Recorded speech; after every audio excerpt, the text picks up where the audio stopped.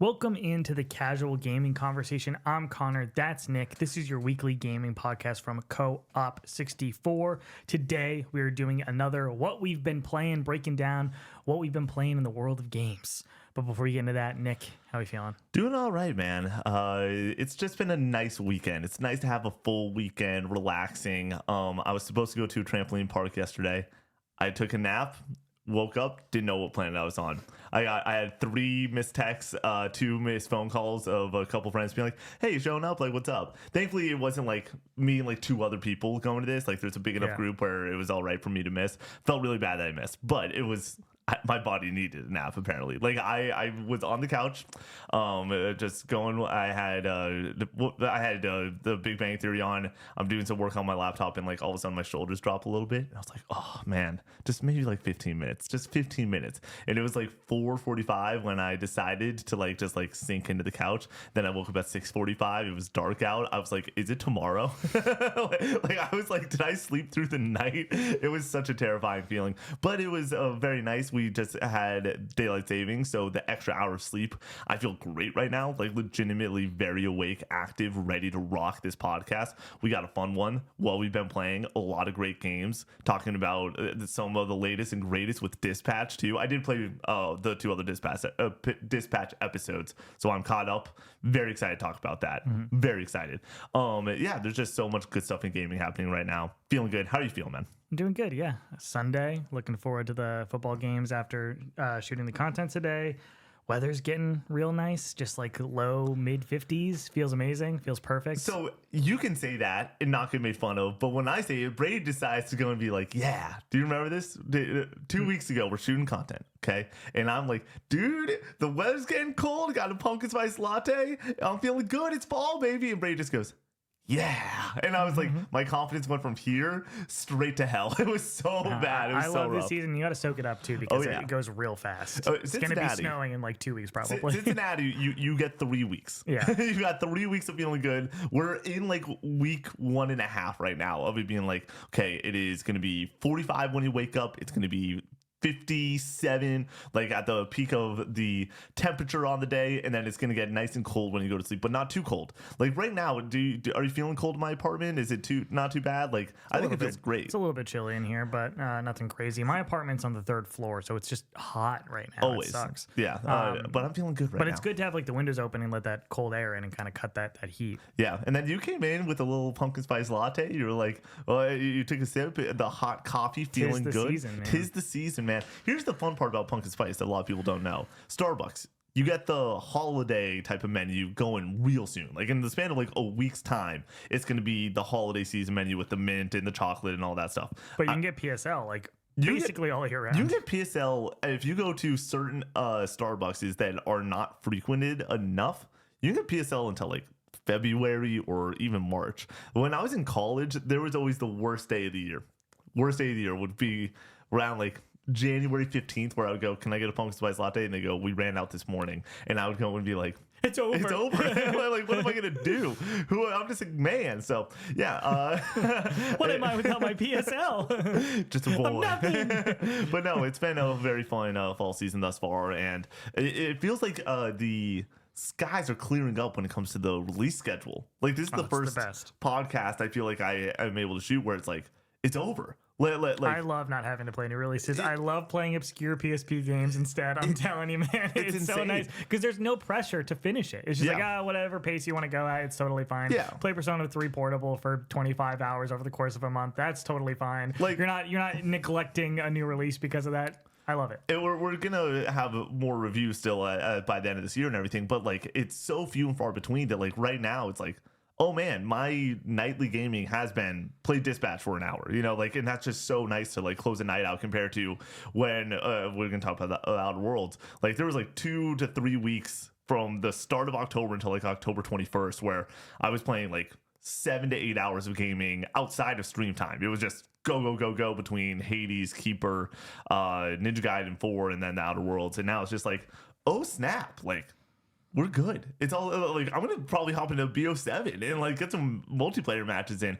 Trying to Battlefield's a weird one. We don't have it on this while we've been playing, but I need to play more Battlefield because I want to play more Battlefield, but I don't want to play more Battlefield unless I'm playing with a squad. Punt Brady's Liza P stream. Let's play Battlefield on Monday, dude. I'm just throwing it out there. If Brady comes in here and he's like, Nick, next weekend I will just stream with you all weekend and we'll just play Liza P until we beat it, and then we can play Battlefield on Monday.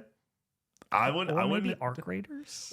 I'm kind of interested the in checking Arc that Raiders out. train is crazy Yeah, people right are now. really about it. Yeah, apparently it's awesome. And I've never played an extraction shooter. I'm interested in that genre, just generally speaking. I was hoping that we'd be playing Marathon at this point, but that's not happened. So Arc Raiders probably is a better game anyways than what Marathon was going to be. So I'm excited that people are stoked about it, and I really do want to find the time to hop into it. We'll talk to Brady on it. Brady is the captain of the Monday stream right now. What he says goes. Whatever, like the goal is to finish Liza P. We've had so many internal meetings at this point being like, we're going to finish this game. So what does that mean for Monday stream? It's personal for Brady, man. Oh yeah.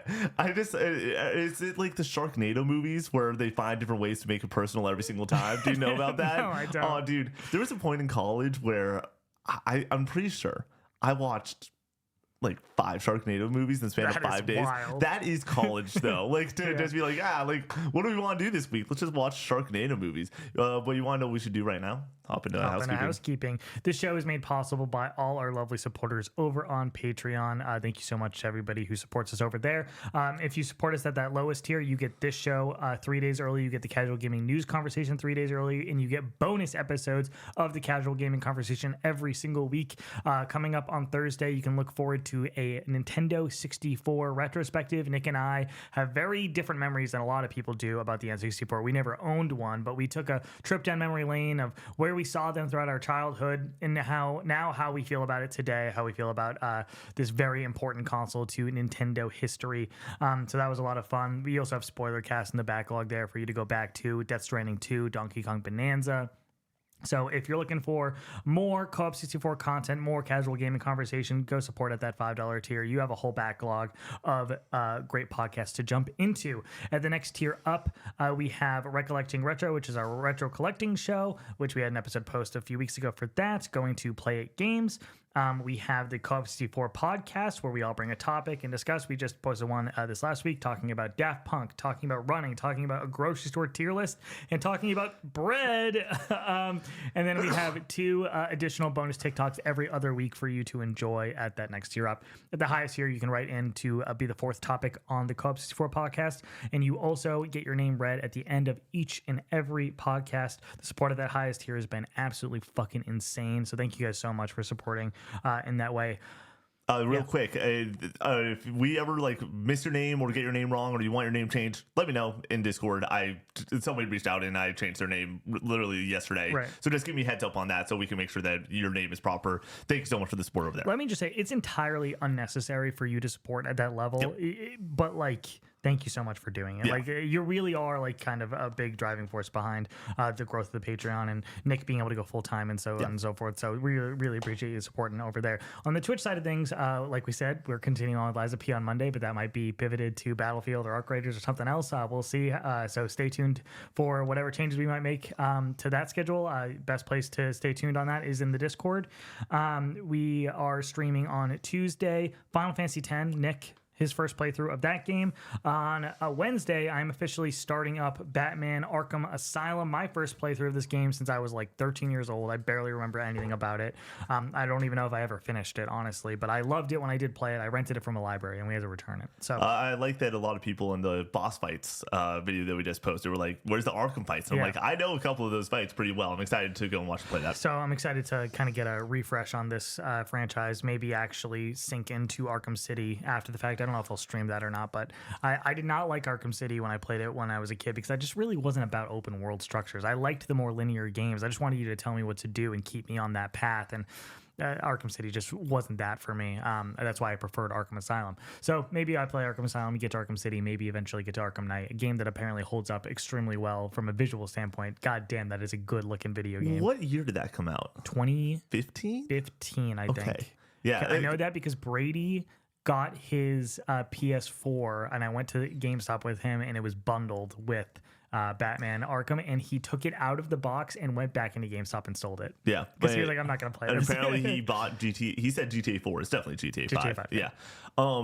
That's exciting. We always say like that 2015, 2016 time frame is like the decider of whether a game looks great or not. Like still to this day, 2014, I feel like you can tell that's an older game. 2015 or 16, you're like, these games Infamous Second Son would like a word, dude. Okay. That game looks fantastic. Infamous Second Son of the big 2025. That's a 2014 game. That game looks fantastic, dude. Okay. I don't know. And then go join the Discord. We have community game nights. We're doing Battlefield 6 in the month of November. We don't have a specific date yet, but stay tuned for that. And it's just a great place to make friends, talk about video games, talk about movies, music, and enjoy the Co-op 64 community. Merch, we have t-shirts, hoodies, and mugs. If you want to support the channel that way, that's a great way to do so. And review us on Apple Podcast Services. It gets to show it to more people, and we would really appreciate it. All right, let's hop into the hot takes for this episode. I want to go first on this one. I'm stoked about this, man. Connor said I got a hot one today, and I was like, all right. You specifically are going to love it. Oh, God. My gaming hot take is that Nick is not the Final Fantasy guy at Co-op 64 and never will be because of the current trajectory that he's on with the Final Fantasy games. This man barely likes Final Fantasy 7 Original. He barely likes Final Fantasy 9. He's playing Final Fantasy 10 right now and he's like, it's good. I'm like, what the fuck are you talking about, man? I have played way more Final Fantasy games than he has, but I was expecting that maybe he catches up to me and becomes a bigger Final Fantasy fan than I am. That's not happening. He's not going to play Final Fantasy 6 and fall in love with it like I did. That's just not going to happen at this point. Clearly, Nick just doesn't like turn-based games in my mind at this point. I love Final Fantasy X. And at the point Nick is currently at, I was in love with it when I played it the first time, played it a second time this last year, fell in love with it, all the same. It's such a fucking amazing game.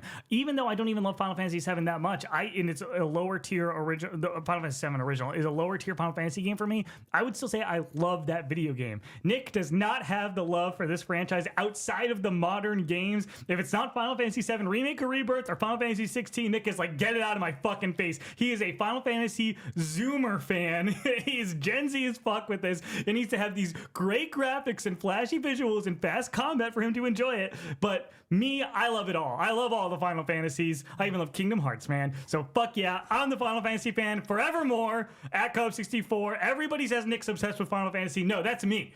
I'm the Final Fantasy guy. All right? That's my hot take. I agree with like a lot of what you just said. What I will not take is that I like dislike these games. I like all these games. Barely like no. Like the way you talk about it like makes me think it's all of these caveats where you're like, it's good, but, and I'm like, dude, like I don't know, man. The hard part is the critical aspect versus like how much I like the video game. Like Final Fantasy VII Original, playing through that on stream was like something I look forward to every single week. Playing through FF9, I look forward to playing it every single week. You only look forward to FF9 because of Tetramaster. Yeah, okay, let's be but real. Connor, I also put like 60 hours in FF9. Like I put in like an aggressive amount of time because I just liked, like even, sure, we can say Tetramaster, but the music in the world and just being around those characters. Great stuff. Like, but my issue with FF9 in particular is, yes, I come with all these caveats because the way you see it, I have to go and be like, this is why I see it differently. And it's not for me this like greatest game of all time. It is just a great game, 8.5 out of 10. The way you talk about it doesn't sound like an 8. It doesn't. I think that the combat's brilliant. I think that you have some of the most gorgeous art design in the game. I think that the character, like, I would trade the party in FF9 for the party in Expedition 33.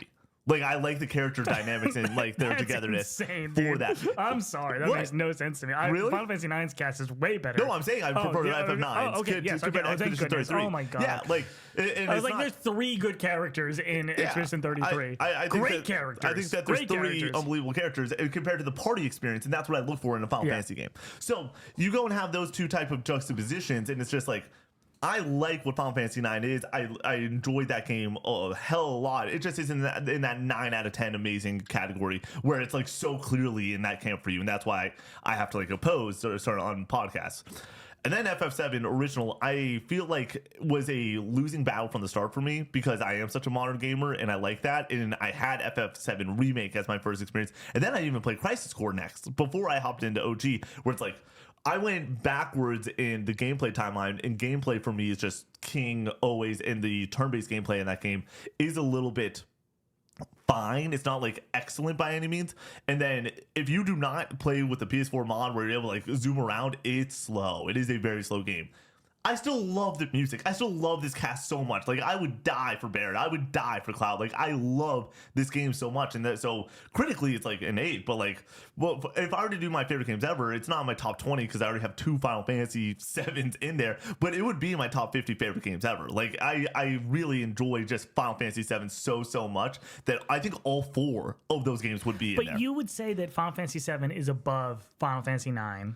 Are you original? Yeah. Are you feeling that way about 10? In 10's above 9. 10's above 9 and 7 original for me. Okay. Like I really think because what I was gonna say is that okay, you feel that 7 is a 8 out of 10. So how is 9 also? No, 8.5 for both of them. Okay. Or in between those two scores. Any given day, I can make a case that gets me to that 8.5 because at the end of the day, what it does well, it excels at like so freaking much that I'm willing to forgive certain critical flaws.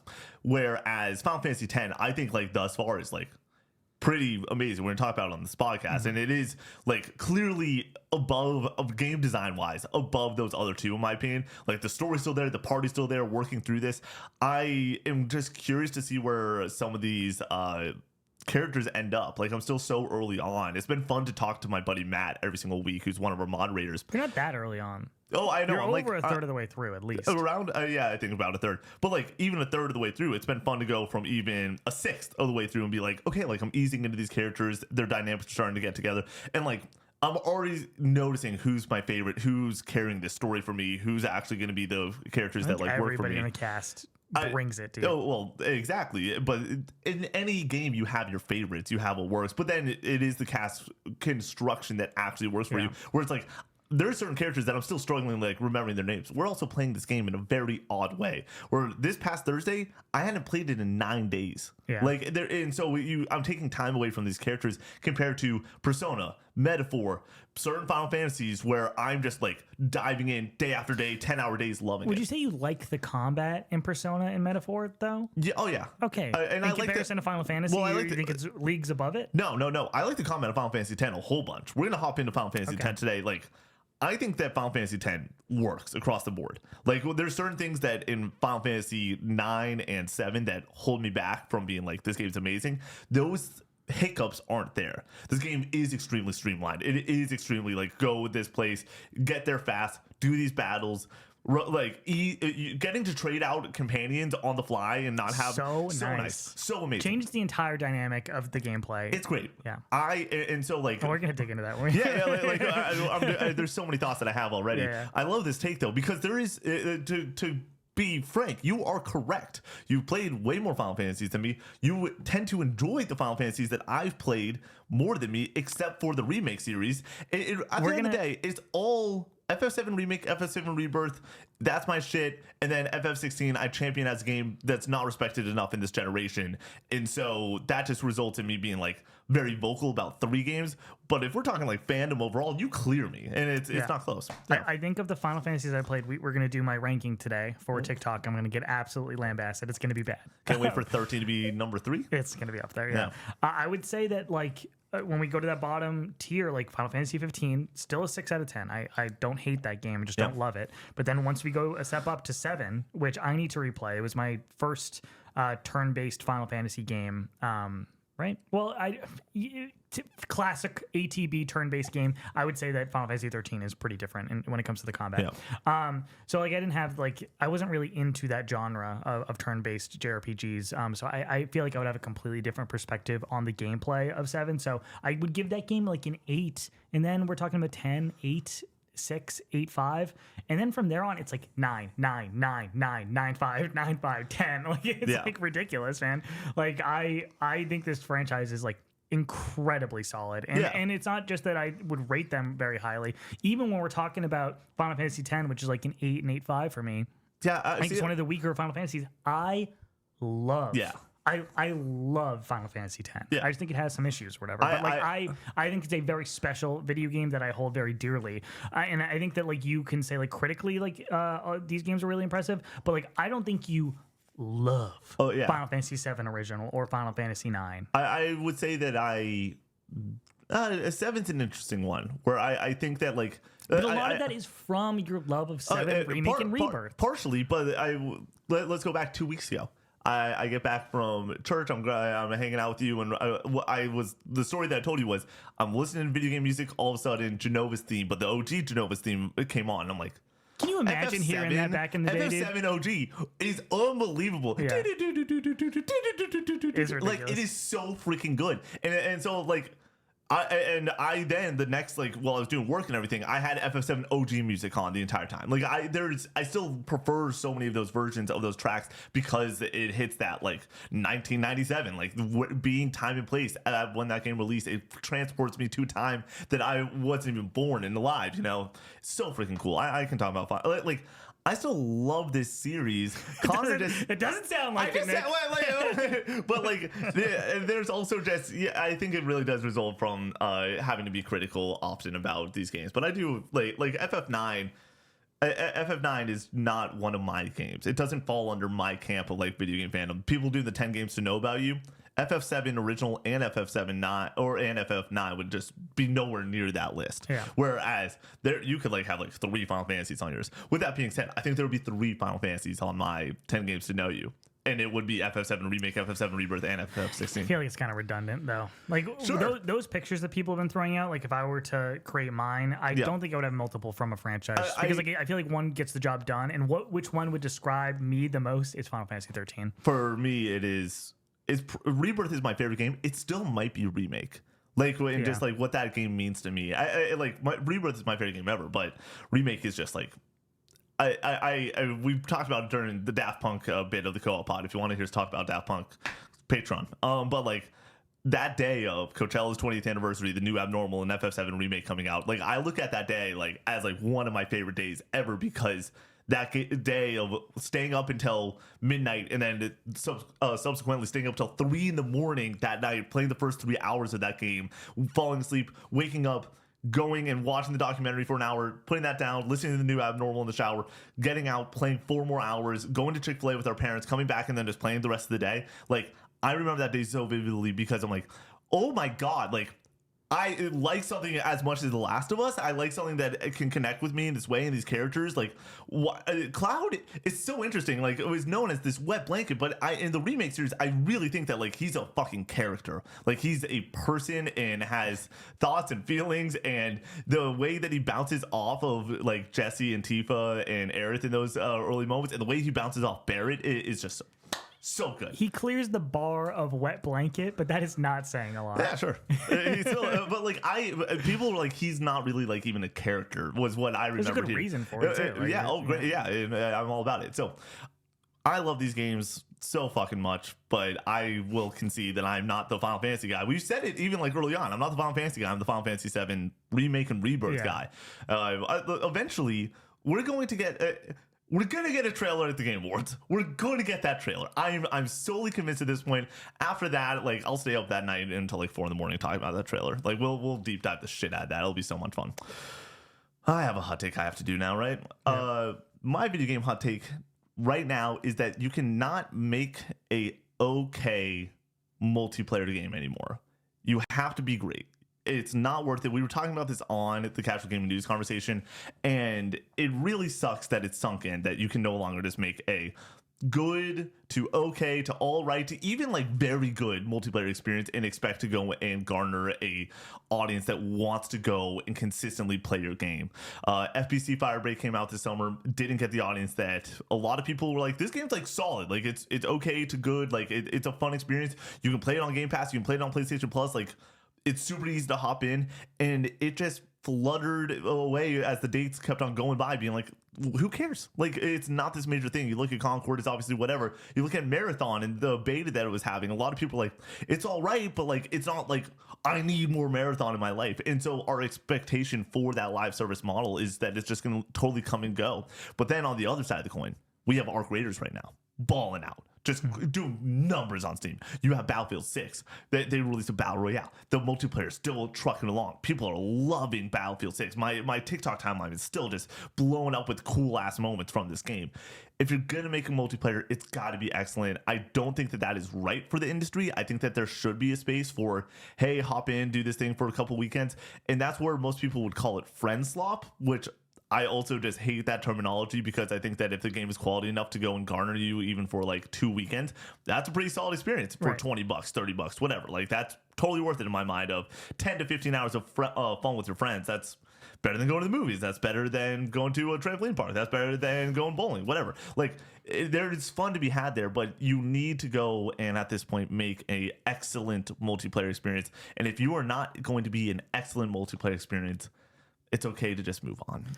I think this can be said for video games in general, not just online multiplayer games. I think that the issue is that for online multiplayer games, you're like investing a lot into like garnering that audience.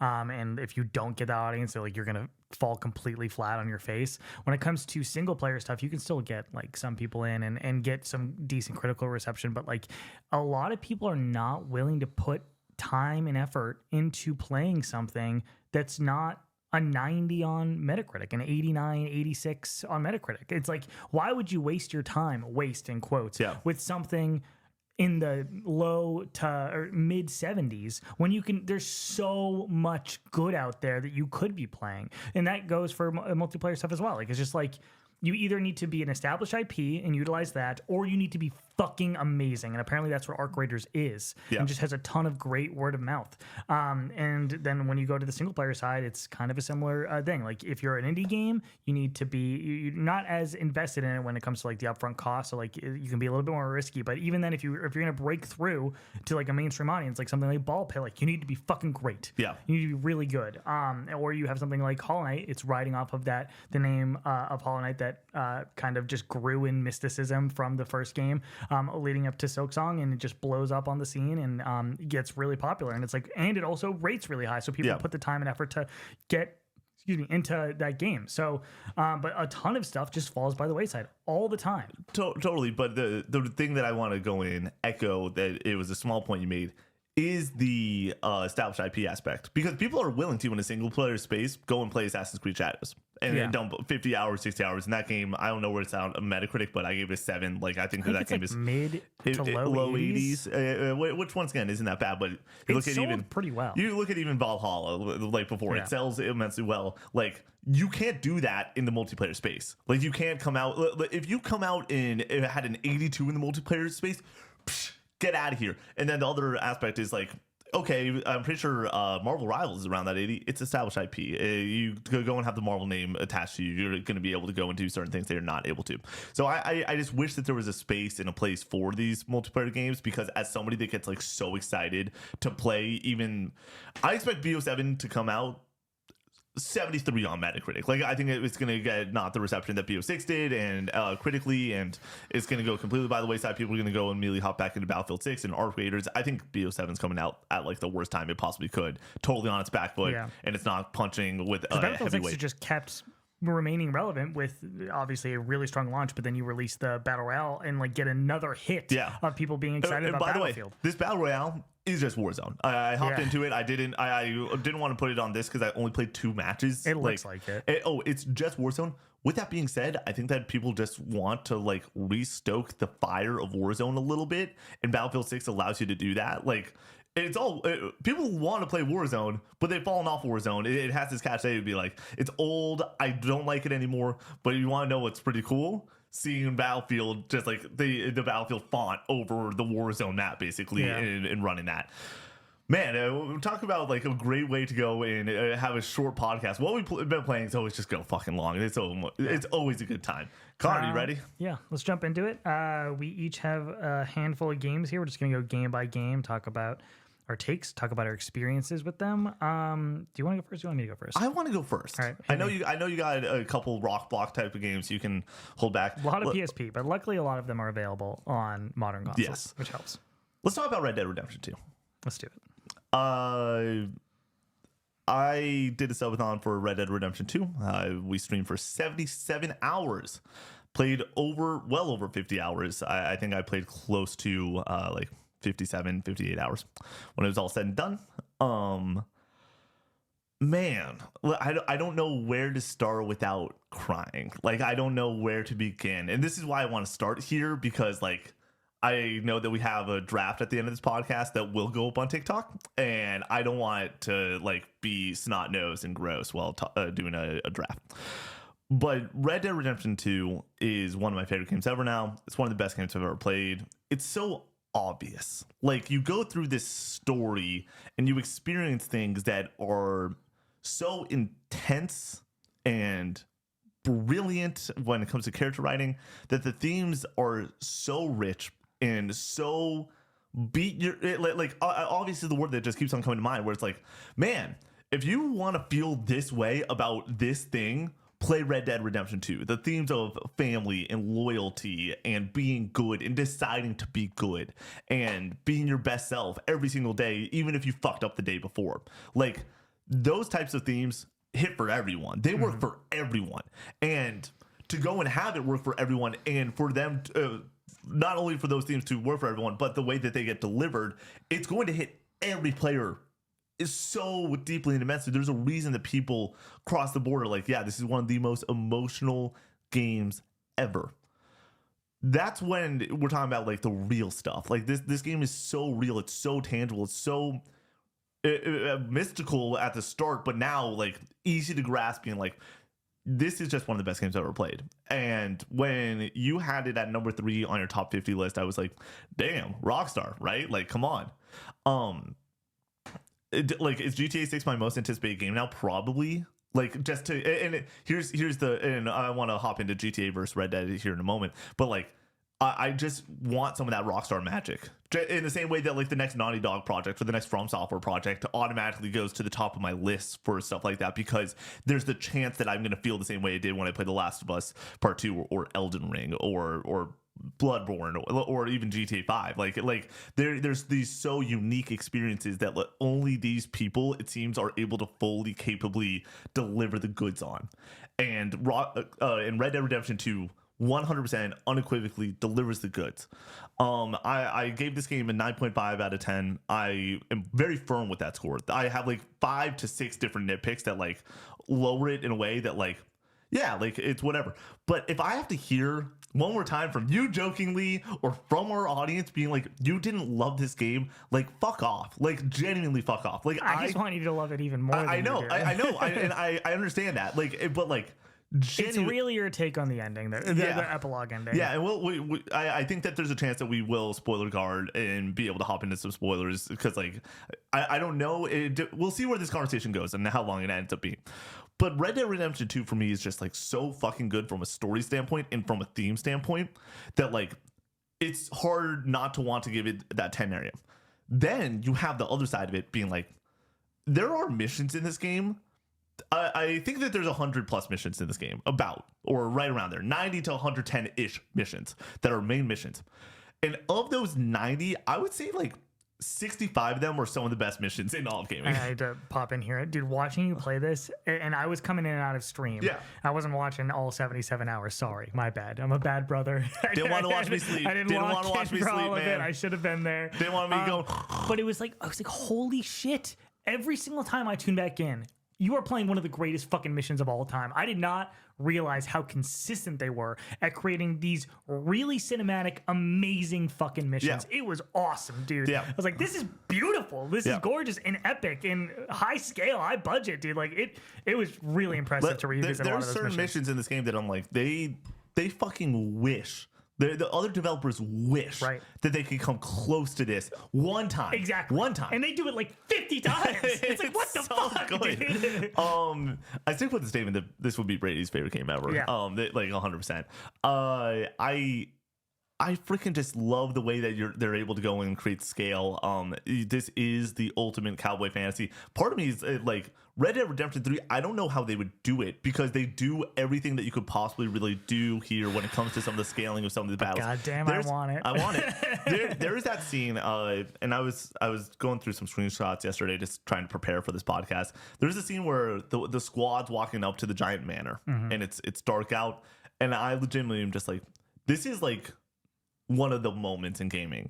And then there's the scene where Arthur's standing on top of the train and puts the bandana over his face. I'm like, this is like one of the moments in all of the game. Like one of the definitive, like if I need to show an alien what video games are, boom, Red Dead Redemption 2. Having Ma pop in and be like, this looks real. It's like, yeah, like you are playing this cowboy. It came out in 2018. It looks ridiculously good still. Like, and you're playing at 30 FPS. Yeah, and it still looks unbelievable. I just really am impressed with the budget of this game, the way that everything feels so high scale, top of class when it comes to these things. Brief negatives. I do want to just get them out of the way before I go back into glazing this game. Once again, it doesn't mean that I don't adore this game, but I do think Rockstar shooting a little bit too basic, doesn't work for me. There was so many times where it was like dark and I would just like press L2 hoping to grab heads. I literally was talking to Laura about this at dinner on Friday because great news, everybody. We're running it back. She's playing Laura booted up Red Dead Redemption 2, maybe partially because of Nick's stream. I'm like, I'm going to be able to watch these scenes again. It's going to be fucking awesome. And she was talking about the shooting. I was like, yeah, Nick was like, with the auto aim, he was just like pressing L2 and just hoping it would line up. It would show the reticle being red and just pulling the trigger on that. She was like, yeah, I guess that would make sense. And I think that that's lame. Like, we can say good, bad, whatever. I think it's lame. Like, I don't. But it's Rockstar. Sure. You know what I mean? Like, at the very least, their games feel unique. Yeah. And I appreciate that. I appreciate that. But once again, it's still lame. What other game are you tapping X to run in still? It's still None so of them. funny. Not a one. But will we be tapping X in GTA 6? Absolutely. Absolutely. And I can't wait. Yeah, it's going to be awesome. Watching you play this game and like how the game functions, I'm like, I just kind of want to play a game that feels like this. Like maybe I'll boot up San Andreas for the first time and get that. I thought about booting up Red Dead Redemption 1, and I'm just like, man, I just don't have the time to do this. I got to play out an obscure PSP game instead. But I think that that's lame. I do think that although there is peak after peak after peak, that there are clear valleys in the narrative. People point to Chapter 5. Yeah. Chapter 5 not only is unnecessary already, there's a point where Chapter 5 looks like it's about to end, where you're sort of in this other area, and then you get brought back in. Like, I'm like, oh, dude, like if they just like let us let this be like a quick moment, and I know why they're doing it, but they could have done it in a faster way, character development wise, to get us back to what actually works in this game. It's silly that it shouldn't even be there. Like this could have been a cutscene, like just straight up like no gameplay at all, just be a cutscene. I don't need to be immersed in that way. I think it's a moot point for me. It doesn't take away, it doesn't add to the experience. I think I felt a little bit differently when I first played it, but now on reflection, I'm like, it's fine. But we know how I talk about 10s on this channel. It is the game forces me to give it a 10. There's nothing else that I can say other than masterpiece, and I'm not there with this game. And those couple points are the big reasons why. I'm also not at a 10. I don't think. I think I need to do a replay. I played this only in 2018. Played it like it was my fucking second job. I was blazing through this game, having a great time, but it came out in the same year as God of War 2018, which I loved more at the time. Now on reflection, I think I prefer Red Dead 2, but I got to replay both of those games and really kind of hash that out and figure out which one I love more. And then there's the epilogue that I've talked to Connor multiple times about at this point. I've talked to friends on Friday night about it that have beaten the game, and the whole thing that I just like lean on is the epilogue necessary? I don't firmly think so. It is because Red Dead Redemption 1 exists. I understand. I don't think that it is necessary. I think that it would have been. But it does rule, though. It fucking rules. At the end, it rules. No, it all rules. The whole game is a slow pace.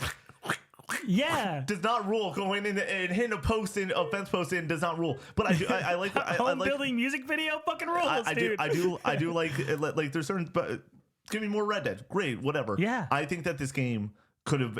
I genuinely think that if I have the last moment of me on the sticks where I am soaked in tears, like so gross in looking in the mirror and seeing how disgusting I look as a human being because of what this game did to me, like that will. There's not a strong, because guess what? God of War 2018, I had that moment. And then it was over. Like, and I just was able to sit in that compared to, but once again, I'm fine with it. Cool. You can still have that moment and have the epilogue, and it doesn't dampen that moment, in my opinion. For me, it doesn't necessarily dampen, but it doesn't do what I love so much in video games, which is the last note feeling. Which, by the way, the last note feeling in this game though is fucking awesome, amazing, fucking dude. awesome. Maybe one of my favorite missions in gaming. Yeah, period. it's so sick. There's multiple missions in this game that are. Here's the other issue though. I do think that there are other missions in this game that are better than that last mission by like a notch or two, but it's still awesome. But still do they have great better finale. music than that mission? No, they do not. Yeah, there's not a lot of things that are better than that. But this whole game just works. It sings. Rockstar top of their game. I can't wait to see what GTA 6 is. I can't wait to reflect on this game over the next couple of years of podcasting. I think that this is like, I'm really going to be pushing Brady to beat it in the next like 6 months, so him and I can do a spoiler cast or something content wise with it. It's just one of the best games ever. It's like so definitively one of the best games ever. Yeah. Like if so, this is another classic scenario. If somebody was like Red Dead Redemption 2, 7 out of 10, I would not respect their opinion. Like, and I know art is subjective. Yeah. But like, do you not realize how cool all this is all the time? It's so sick. And I just freaking love this game. I think that everyone should play this game. You have to. If you love video games, you have to play it. I'm sorry. It was my biggest shame. And I now understand why it was. It's one of those games for a long time that like I think I became a little bit resentful of just because of the overwhelming support behind it and love for it that it became so mainstream and so such a basic in quotes pick for being somebody's favorite game of all time. It's the same with The Last of Us that I think that happened in the back of my mind like subconsciously. Fuck that take, dude. If something is overwhelmingly popular, it might be overwhelmingly popular for a fucking reason, and it's okay to love something that's basic. Yeah. Like, and that watching you play that has kind of opened my eyes a little bit to it, where like I was like, oh no, I need to kick that completely and just feel the way that I feel about the game, no matter the reception, the broader opinion on it. This game fucking rules. It is totally acceptable to say What Remains of Edith Finch is the greatest game of all time, and that's great, cool. I love that game. It's special. But it is completely also acceptable to say the Red Dead Redemption 2 is the greatest game of all time. It doesn't mean that you're basic. It means that you can also just be fucking right. You can play a million video games, a million, and then still say Red Dead Redemption 2 is your favorite game of all time, and it's totally valid in my opinion. Because it's so fucking good. Red Dead Redemption 2. It's so good. It's like saying someone would be like, The Godfather is my favorite movie, and it's like, all right. Like, you're not wrong. Like, it's just awesome. Like, right. God, I freaking love this game. My last word on it is genuinely from the bottom of my heart. Thank you so much for 77 hours of that. Like, one of the most special experiences I've ever had on camera. One of my favorite memories from this year. One of my favorite memories of Co-op 64 history. Like, really spectacular. You guys showed up. You showed out. It was fucking awesome. So thank you from the bottom of my heart. It means a lot. Connor, what's your game? I don't know where to start here. Let's just hop into Daxter. No, I'm fine. We'll get Daxter out of the way because I think it's the shortest bit here, and maybe I'll go back to back just because I have more games than you do. Daxter was the first. I got the PSP finally. I've been looking for a clean PSP for a very long time. The issue with the PSP is that it has like a layer of screen on top of the actual screen, and you can get dust in between the two screens where like you can't get it out unless you tear the console apart and remove that dust very carefully and then put the screen protector like back on. And I don't know how to do that. I would have to like take one of these to like one of those. There's a few video game like repair stores in our area or like retro stores that do repairs. So I would have had to done that if I had found a crappy one. But the one that I finally found was good enough. I kept having to lower my standards where I was like, when I got my Vita, I was like, I can't have a single scratch on it. If there's going to be scratches on it, I want them to be my scratches. Okay. Wild. And I'll be comfortable with that because like it just general wear and tear. If I made it happen, it's fine. Like it's okay. I can live with it. When it came to the PSP, I was like, this has some scratches on it. There isn't dust behind the screen or anything. Let's run it. It's fine. So I got this. I got a lot of games right off the rip because collecting for the PSP is very reasonable. Like you can get a lot of games for $7, $10, $15. You can fill out the collection very fast with quality games. One of those games being Daxter. This is the game that I feel like if you had a PSP, there is a 95% chance you also had Daxter. Gotta get Daxter. This game is made by Ready at Dawn, developers of God of War: Chains of Olympus and Ghost of Sparta. We'll talk about one of those games here in a bit. They also went on to make The Order 1886, a game that I think is criminally underrated. That is a good video game with really gorgeous graphics, fun shooting, interesting story. I was watching the Kind of Funny Games cast with them doing their 10 games to get to know you, and Blessing had like the 10 games to get to know you, but then also the 10 games to get to know you better, like the list that you wouldn't really think of like with those 10 games, but like really do also like are you. And for some reason when that was said, I was like, oh, what would mine be? And I'm thinking through a couple titles, I'm like, what would Connor's be? And one of them came to mind was the Order 1866 Order 1886 86 yes. Where I'm just like, no, do people know that Connor's like down for it? I'm down for it. Like, I'm not in love with it. Yeah, I don't think it's a great video game, but I have the platinum in it. Exactly. And I did it during that platinum tournament. Yeah. Because it's like a 6-hour game. Yeah. And it's a very easy platinum. And I was playing a lot of crappy games during that tournament. But that was one that I was like, it was just fun. I had a good time doing this. So shout out to Ready at Dawn, but they were really big on the PSP. Daxter was their first outing, as I understand it. It's a spin-off focused on the sidekick character from Jack and Daxter, where you take the role of Daxter trying to save Jack in between Jack and Daxter 1 and 2. Okay. He's like in prison, and I don't really remember the details of the story because it was just kind of whatever. But Daxter gets a job as an exterminator. He has a fly swatter, an electric fly swatter that he goes into these different environments and takes out bug infestations.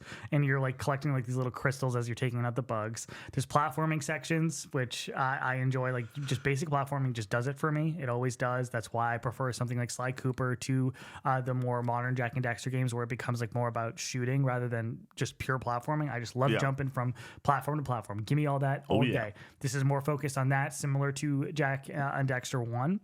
And then you also have like this like gas gun that you can use, like an exterminator gas gun. Yep. That like has like poison. It has like an electric shock thing, and it has like a flamethrower option or whatever. But you can utilize those in different scenarios when taking on certain bugs. But you can also use it for traversal, where like you'll like point it at the ground and ride it like a pogo or whatever, and you like can get to higher locations or get across further gaps doing that. There's also like sections where like you'll like grab onto like a zipline style deal or whatever, and you have to like go left or right and dodge certain obstacles or whatever. It is, all of this is just adds up to a very basic action platformer. Like it is, if you look up in the dictionary, good game, you're looking at Daxter in the picture there to describe it. Like it is the definition of a good video game. 7 out of 10. It's great on a portable console. It's broken up into these little sections, these little missions, 30 minutes at a time. Get the level, get the collectibles, do the platforming, and get a little bit of story and move on with your day. There's also sections where like you're on a vehicle similar to Jack and Daxter 1, where like you have to take out a bug or like do a certain task or whatever, and that feels great and runs great. And there's also like an overworld that like connects all of the missions or whatever. Overworld Daxter. Like where you're in like the town that is in Jack 2, and it's just kind of impressive that they were able to get that to run on a PSP. PSP. Like it runs at literally 5 frames a second when you're in that open world, but it definitely still works. But yeah, like it's very breezy. It's fun. I can't tell you what happened in the fucking story. There's like a few characters that like pop up here and there that are semi-interesting. Daxter is still this like lovable idiot or whatever. He has like his little quippy lines, but like he's fine, I guess. It's a good game. It's warm. It feels good to play. It controls really well. Yeah, I don't have a ton to say on it outside of that though. That's awesome. I mean, it sounds like it's so funny going from an emotional conversation about Red Dead Redemption 2 to Daxter. Connor, and I'm going to link this. I was about to say, hit me with the next one. God of War Chains of Olympus, which is also made by Ready at Dawn. Rest in peace, Ready at Dawn. After the Order 1886, they were kicked to the curb by Sony, were given over to Meta and Oculus, and they made VR games until they were shut down, which is really sad because they were fucking cooking during the PSP. Daxter, good video game. What I would say about God of War Chains of Olympus, I've played God of War 1. God of War 3 was my first M-rated game. Obviously played the new God of Wars. Still haven't played God of War 2. But I'd always heard positive things about the portable God of War games. When we did our PSP list for Metacritic, highest rated Metacritic PSP game is God of War Chains of Olympus at like 91. Over a game you'll be talking about, P3P, which was always shocking to me that it would be out of Persona. So people fucking love this game, but I think that in retrospect, people like Ghost of Sparta more, but I think it's one of the situations where like a first outing it's like really impressive and you review it a little bit differently as the second outing, where you're like, okay, it's a little bit more of the same, it's maybe not building as like shocking and impressive they got this to work on a portable console, so you review it a little bit lower because of that, I guess, maybe. But people, if you look at top 10 lists, oftentimes you'll see Ghost of Sparta on there over Chains of Olympus. But what I would say about God of War Chains of Olympus is that for a lot of PSP games that come from an established franchise, a lot of the times you would say this is a great game for a portable version of this franchise. You look at like Little Big Planet. It's like I loved Little Big Planet game on PSP, and it's like this is not even close to Little Big Planet 1 and 2, but it's a good version on PSP. Having played God of War 1 last year, and now booting this up, only playing about an hour of it, this is just a great God of War game. Nice. It has literally everything that you expect from that first God of War game, but a little bit better. Like, it runs flawlessly. The combat is 1-for-1, spot on with the combat in God of War 1. You have your upgrade system with the red orbs, and you can upgrade your different weapons, your different abilities. You have your different collectibles, getting like your eyes for more health. You have your like little feathers that you're collecting for more magic, so you're kind of looking for to go off the beaten path and discover like secret areas where you can get those upgrades. And then like the boss fights are like still over the top, cinematic, really well done boss fights that feel like they were ripped straight out of those God of War games on PS2. And like you have your tentpole quick time events in these boss fights, whatever, like which I'm a sucker for quick time events. I love them so much. I know they're simple and people really don't like them very much.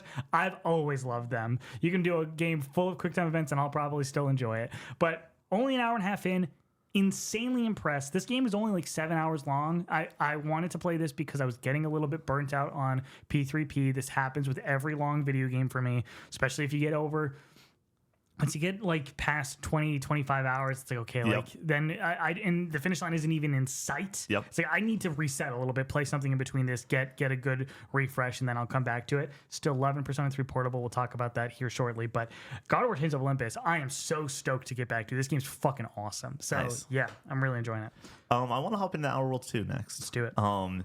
Even though you brought up the like you need the short game in between. Real quick, Daxter available on PlayStation 5. Cool.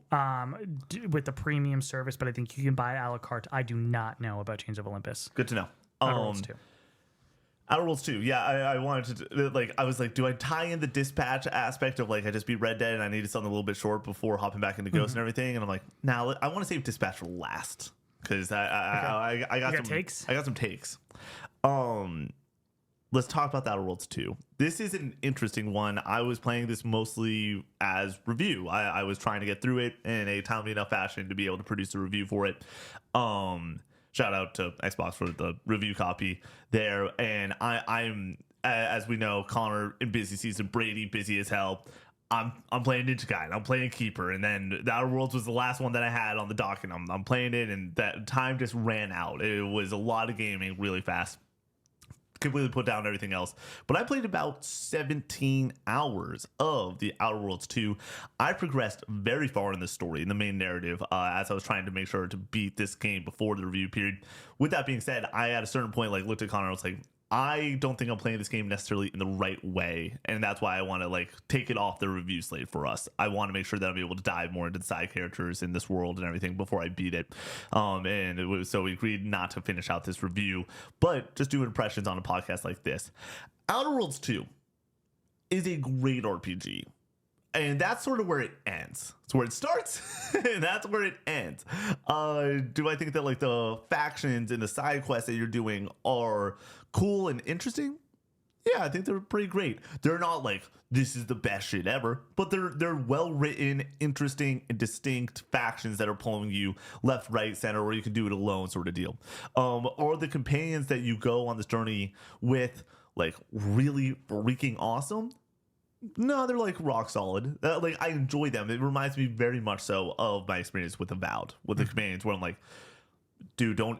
It's been a week and a half. Do not ask me what their names are. Like it's. I think I can get like 3 of them. Like it's not that level of like, oh my gosh, like this is my crew that I have. This is very much just like whatever. All right, are you trying to think of Avowed companions? I got names? 2 of them. Yeah. Okay, yeah. Yahtzee and Kai. Yeah, that sounds right. Oh man, Avowed.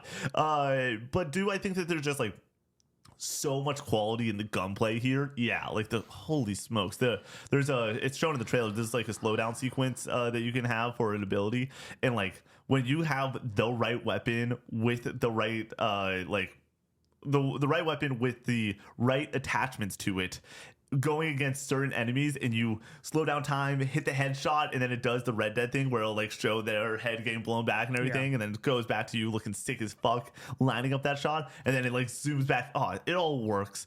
I was running around with this pistol that was a 3-round like burst type of pistol. It looked cool as hell. The sound design on all these weapons are excellent. Like the combat really does things. You can play melee, you can play stealth. I was just playing run and gun as I do in most RPGs. When it came to the world designs and the different planets that you visit, all of them look great. All of them are distinct. You have I know this is about to sound silly, but you have the blue planet, you have the gold planet, you have like what just having the different color palette change planet to planet helps. It goes a long way. The different enemies and environments that you get to explore in those planets are all great. You get to like, it feels very different, and that's what I want. I don't want it to feel like a reskin from the previous place that I just was. All that together, mixing all this up, good to great across the board. The narrative that they're delivering reminds me a lot of Avowed, where it is just getting to the next piece, just doing the thing. But something that didn't happen Avowed that happened in this game for me, there was a climactic point where decisions need to be had. It's all on the player about halfway through this game, and I texted you and Brady because I was like, this game just did something that I love so much in RPGs, which is I asked the question, can I pull this off? And because I had spec'd enough into this, that, and the next thing, through the conversation I had with this character, I pulled it off. And I literally like put the controller down. I was like, mother of pearl, like this freaking rocks, dude. Like it's so good, man. Like it really is like when you have those RPG moments and it just works. Like Obsidian does that so well, and to have that opportunity in such a climactic moment made me so excited and so thankful that like I spec'd a certain way and I wanted to work as this character. I did fully like lean in on the RPG aspects of my character too. I played as a renegade but also a leader, so like I had the options always to like help lead my team and like cheer them up, but also like if someone was being annoying, there would be an option to be like not just like be a dick, but like really be a dick and like threaten and get like be like, I'll pull the gun on you. I was like, that's the type of character I want to run in this world. Like I need to be cutthroat but also like a good guy. It was so much fun. The time sort of sunk away. I had like 3 days where I played like over 4 hours, and it was just snappy. Time flying, going on a mission, next story beat, all just worked. I didn't feel too underleveled, even though I was like flying through some of these environments, which was very nice because it just allowed the player to really go and do exactly what they wanted to without worrying about a level cap. I think the narrative overall, somewhat interesting, not interesting enough. All of it just works to be a great game. Do I think that this deserves any GOTY nominations across the board for any category? No. Do I think that this is a great addition to Game Pass, and if you're looking for a great RPG, it is there in spades basically, that's super fun? Yes. And I think that if you're an RPG player, great. For me, I'm not an RPG guy. Like this type of genre normally doesn't work for me. But even it worked for me to want to go and hit that next story beat, have that next character moment, continue feasting on really rock solid fun combat. Really, the arsenal, there's no weight limit, so you would just have like 60 guns, and like just being like, okay, I'm gonna go and choose these 2 with these weapons. It's just a blast. Did you get any flaws? Oh, I've seen I got some this flaws on TikTok, and it's very interesting. So the flaw that I went and utilized, all my ammo was more expensive at stores. This was like, I denied most flaws because I didn't want to alter my gameplay experience too much. But I went and my ammo at stores were more expensive. But every time I killed an enemy, they would drop ammo. So I was able to go and Why did that trigger? Does it tell you? I don't know why it triggered. I think it was because I was buying so much fucking ammo. Okay. Because I really dig this mechanic. I yeah. think it's very interesting. If you're playing in a certain way, for those who don't know, if you play in a certain way, you get flaws that like go and can alter the rest of your gameplay journey. So if you're crouching all the time, you can go and have increased crouch speed, but every single time that you crouch, your knees break a little bit and you lose a little bit of health. Like there's stuff like that that's so unique and interesting. Yeah. But like, for me, a lot of it though, there's things with first time playthrough that like it even recommend be like, don't do this on your first time. Like, and so when those popped up, I would always deny them, and then some of them just didn't interest me. But that type of system was super cool. This game is an RPG. It's an RPG-ass RPG. The people that want to play this game want to play it multiple times. Like, and it works. It's such a fun sandbox. But for me, this was like even like looking ahead where it's right before Red Dead Subathon. I put the controller down and go, all right, I'm going to take the Thursday to really rest and get really excited for that. Coming back after the Subathon, I was like, I'm moving on to the next thing. This game is great, but it's not great enough. Like, it's not a you game. It's not a me game. Either. So it would need to be like a really amazing game for me to want to roll credits on it. And that's just not the case here. And then like there's other exciting things like Dispatch that I was like, that catches my eye a lot more. Not a bit of this is shocking to me. Obsidian just keeps delivering great video games. Put some respect on Avowed. That is a great game. I had so much fun in that world with that combat system, man. And people love the Outer Worlds 1, and it seems like they just built on that to make another great RPG, and that's just what they fucking do. You know the like old turn of phrase being like, just a fastball, 100 gas, straight gas. It's that phrase for Obsidian, but instead of like 100 miles, it's 80. Like they throw the best 80-mile-an-hour fastball in the league, and like it's a good thing. Like they do really great work, and I think that also being able to pull off those type of RPG moments like I didn't really have that in Avowed. I was like, okay, this is interesting, but like when it popped up that like I had put in 5 into this ability. Oh, another one of the abilities that I did was for flaws, jack of all trades, basically, where I decided that I was not going to be able to spec into any one individual thing, but I would get an extra skill point for every single time I leveled up. So you would have to go and spec into whatever you had the least of. So it would just make you go in like 3, 3, 3, 3 across the board. And then after you get to all 3s, 4s, and then 5s for each level of thing, which I think I would not recommend. I think that if you want to go and like go all in on lock picking or go all in on intelligence, it will help you play through more. Because I was going to places where I had 5 intelligence, and it was like 11. Like you needed to go and pull off some of those maneuvers, but it was nice to be able to like feel well-rounded too and stuff like that. Like there's the flaw systems in this game's awesome. I feel like if you know this game is for you, guess what? It's for you. Like it's gonna be awesome. And if you're like this game, like I only want to play the best of these, I would say you could probably skip this one. Connor, what you got? I'm gonna hop into Persona 3 Portable here. You might be asking yourself, Connor, why are you playing Persona 3 Portable when Persona 3 Reload exists? And here's the thing. Let's be real with ourselves here. I played 10 hours of Persona 3 Reload. I've always said, gonna get back to it. Really want to experience the story. Really enjoyed what I played of Persona 3 Reload. It's Laura's favorite game of all time. Yeah. And she talks about it a lot and has been asking me to play, get back to Persona 3 a ton over the last few years. That's just we got to be real. It wasn't going to happen anytime soon. There's a chance that it never happened. So if I was going to experience the story, I needed it to be on my current high interest console with the PSP, and I also kind of wanted to play it there because Laura, having played Reload, she played with the male main character. There's a different main character you can play as in P3P, nice. The female main character who has different social links and has some major differences there. So she was really curious about those differences. It would give us something to talk about, a good compare and contrast session of like, oh, this is different here, this is different there, whatever. Great date night for y'all. Right. Exactly. exactly. So that's been a lot of fun. But yeah, so I was like, okay, if I'm gonna get through the story, it's probably gonna be on the PSP. And I've just kind of been chipping away at it over the last month or so. I am 23 hours in, which is substantial, I think. Like, I am officially over the hump. I know I will finish this game no matter what at this point. Like, I'm in. And I'm just fucking loving it, man. I love Persona games. My history with Persona goes back to when I first got my PS Vita. The game you get with the PS Vita is Persona 4 Golden. Like, that's just what you do. Yeah. And I wasn't a turn-based JRPG guy, and I just did not fall in love with it. I just wasn't ready for it, you know? Yeah. It took until Persona 5 for me to really get into turn-based RPGs, and I think Persona 5 is one of the best JRPGs of all time. And then, like I said, played 10 hours of Reload, really dug the vibe of it, but excited to get into the portable version and see those differences and everything. So finally getting into it now, like... It's just such a warm game, man. Like, it's so... I'm trying to figure out the best way to put this. Like, it doesn't... It's repetitive, but it knows when to, like, pivot.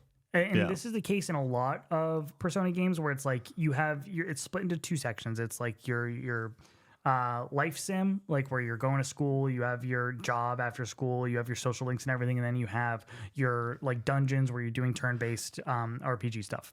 And like you'll be in this instance, you'll be in Tartarus for X amount of time, and like right when you're like kind of want to do something else, and then you get to the next level where you're cut off, where you can't go any further. You're booted back into the life sim aspect of it, and you're like completely refreshed all of a sudden.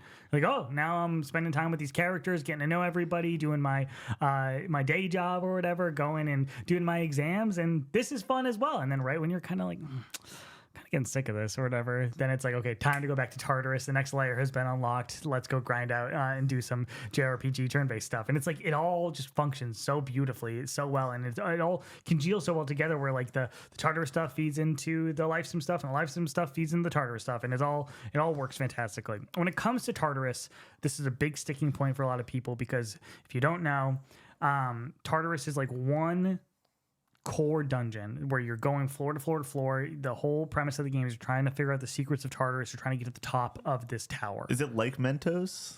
Mementos? Mementos, yeah, kind of. Mentos, yeah, the candies. Put those in some Diet Coke. It's kind of like Mementos, I guess, in the way that like it kind of it's a bit repetitive and it all kind of looks pretty similar. Okay. But I would push back on it a little bit. Real quick, Persona 4 has different dungeons. They're procedurally generated still, so they're not like tailor-made, so it kind of has that repetitive feeling, but it has like different backstories, different like color palettes per dungeon. Persona 5 tailored dungeons with like or palaces with like specific look and layout and was like tailor-made, and that's definitely the best of the franchise. I will say when it comes to Tartarus and the repetitiveness of it, I think people way overblow it. So I thought like you go into Tartarus and it looks one way. It looks like the first floors are green, like colored, like the walls and the floor are like checkered green. And you have one song playing in the background, and then you have like your battle theme and everything. And the battle theme stays the same throughout the game, unless you're in a boss fight. But I was like, okay, that's just what it's going to look like all the way up for 200 floors or whatever. Yeah. I'm currently on floor like 85, and there's blocks. So the first block is that green color. And has this song, and it's relatively basic. Next block builds on the song, and it has a different background. Is purple, and it's like this feels different enough for me to be like, okay, this is a good refresh. Yeah. Like I'm not doing the same thing over and over and over again. Obviously, different enemies and everything, but I think just simply changing the color palette and changing the music a little bit works for me. Totally. I'm excited to see this track continue to build or whatever. Like I'm in the third block, and I'm like, oh no, we're gonna wait till those horns start coming in, Connor. Right? Here. Like I'm digging this. Like I like the combat system in this game. I'm enjoying going through Tartarus. I like hitting those different checkpoints with the boss fights, and also like kind of going in. I try to do every single Tartarus run in like one day or whatever, just very similar to Persona 4 and 5. Like you can try to get through a palace as quick as possible, so then you have more time in the real world to do your like life sim stuff and go to class and do your your clubs and everything. So like I'm going in there and trying to get as far as possible. And the way that Tartarus works is if you're on any respective floor, you can go back to the lobby and leave. But there's certain floors with a boss on it that that are like checkpoint locations where you can leave and then come back to that point. If you that's leave on nice. one of those other floors, you're going back in from the last checkpoint that you got. So you kind of have to manage your SP, you have to manage your party to get to that point. And sometimes I'm like, I just need to run past every single enemy right now. I'm out of SP. Like I'm cooked. I just need to get to that next point, go back to that main lobby area, heal up my party, fight that boss, and then maybe do a little bit of grinding. The game is pretty easy. Goops in our Discord was talking about this. I never played Fest, but in comparison, Fest has you can't control your party members. You can only control yourself and your personas. Like in battle, everybody else just acts freely. Okay. In Persona 3, and it makes the game more difficult because of that. Yeah. In Persona 3 Portable, you can change it to make it so you can control everybody. Nice. And it apparently makes the game a little bit easier. The way that I've kind of countered that is I run past certain enemies. Also, like I said, the floors are procedurally generated. You're looking for the stairs to go up to the next floor. And sometimes that's like you're taking a bunch of turns, you're running into a bunch of enemies, you're finding little items to pick up and everything. But sometimes it's right there. Yeah. Like right when you walk on the next floor and it's like, am I just going to go straight up right now? Or am I going to explore? I'll take this one. I'm just going to go right up. I'll take the freebie. Yep. Yeah. First down. So like managing your SP, getting to that next boss, and then going back, hitting that checkpoint, fighting the boss, and then getting to the next area and figuring out like if you can get to that next checkpoint is a lot of fun. So I'm really enjoying that aspect of it. There's also like certain story checkpoints where once a month you have to fight like a harder boss or whatever, like a more story focused boss, and those have been a nice change of pace, have a lot of spectacle to them, have a little bit more story surrounding them, and I enjoy that quite a bit.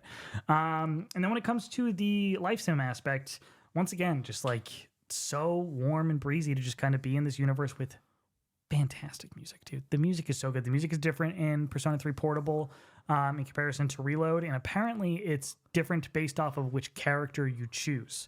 So I'm really enjoying the music. Laura has shouted out after listening to it. She's like, it's more in line with Persona 4's music, which I think is interesting. I really do love Persona 4's style of music. I love all the music in Persona, honestly, but I'm really enjoying that aspect of it in going through that cycle of ranking up with my confidants and my social links, and I'm enjoying all those different characters. And by enjoying, I mean some of them I like and some of them I dislike, but I'm excited to see where their story goes still. So I'm enjoying that.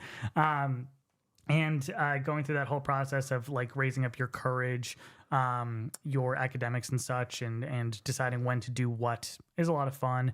I wish there was more to do at night because it's split into afternoon, where you can do something like clubs or like go into the town and like study or like go to sit at the coffee shop or whatever. And there's like a lot of social links you can do during the day. Go hang out with the elderly couple at the bookstore and hear about their story, and that's fun. But at night, it's like you can study, you can work at your part-time job at the coffee shop. And I just unlocked this like salesman guy who's like not a good dude or whatever to like hang out at night. But I'm curious to see where that story goes. But it's nice to have a third option to do. Or you can go to Tartarus. But when I've already caught up in all of Tartarus, it's like it gets a little bit repetitive doing the same thing over and over again. But yeah, I'm enjoying just about every aspect of this game when it comes to the presentation. Important to note with the presentation, instead of being able to run around in these different environments in towns, it's just a picture, and you have a cursor that you can like scroll over to like go. You can go over the coffee shop and be like, okay, do you want to spend time in the coffee shop or do you want to work here today? You select in the menu. When it comes to like the cutscenes, instead of having like your little anime character profile in like the corner with like the text box, they take up the whole screen like it's a visual novel, and have like the background still be there or whatever to like indicate what environments you're in. But like there's no character models in the basic story. It's just presented that way. I think a lot of people would say that that's a negative. I think it's a complete lateral move to me. Like I'm really fascinated to see how they got this game working on this console and what concessions they had to make. And what concessions they had to make, I think, don't take away anything from the game. They delivered the goods, in my opinion. It really streamlines things, and I enjoy that personally. So yeah, I'm enjoying the gameplay mechanics of this when it comes to the combat. I'm enjoying the mechanics when it comes to the social stuff as well, and the way it all feeds in. If you've played a Persona game, you know how like magical that kind of symphony is, and it's here in spades. I'm loving it. But goddamn that music, man. I fucking love that music. It's so good, dude. And you're going to be getting back to it after Chains of Olympus, most likely? I might sprinkle it in during that as well. But yeah, I will beat this game probably in early 2026, I would imagine. Yeah, well, I'll see you in March, buddy. Yeah. All right. Am I good to hop in? Yeah. Okay. So I have I have 3 more games technically. Real quick, let me just get this out of the way. Yeah. Ghost of Yote Platinum. Still loving it. Still having a great time. Go play Ghost of Yote. It's fantastic. We'll do a podcast here in a week or 2. Yeah, so I barely have anything to say on that, but I'm just enjoying this checkboxy world. That's your home game right now, right? Yeah. Awesome. Let me hop into Final Fantasy X. We've already discussed it so much on this podcast already. I feel like it's hard to go and discuss even more. 12 hours in.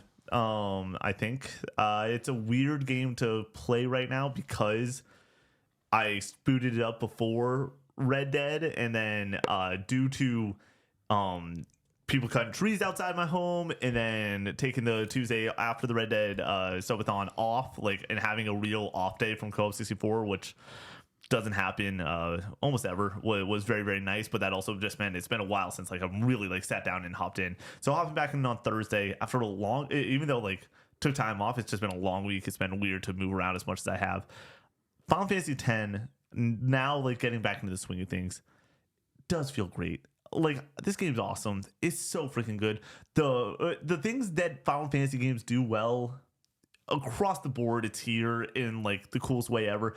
I think that the narrative hook in this one about Sin is just basically way more fascinating than FF9 for sure, but then even FF7 to some level. What a cool enemy type name or whatever. Sin is so fucking punk rock. And then the way that you have summoners and the whole world building of this Final Fantasy game is awesome. It all works.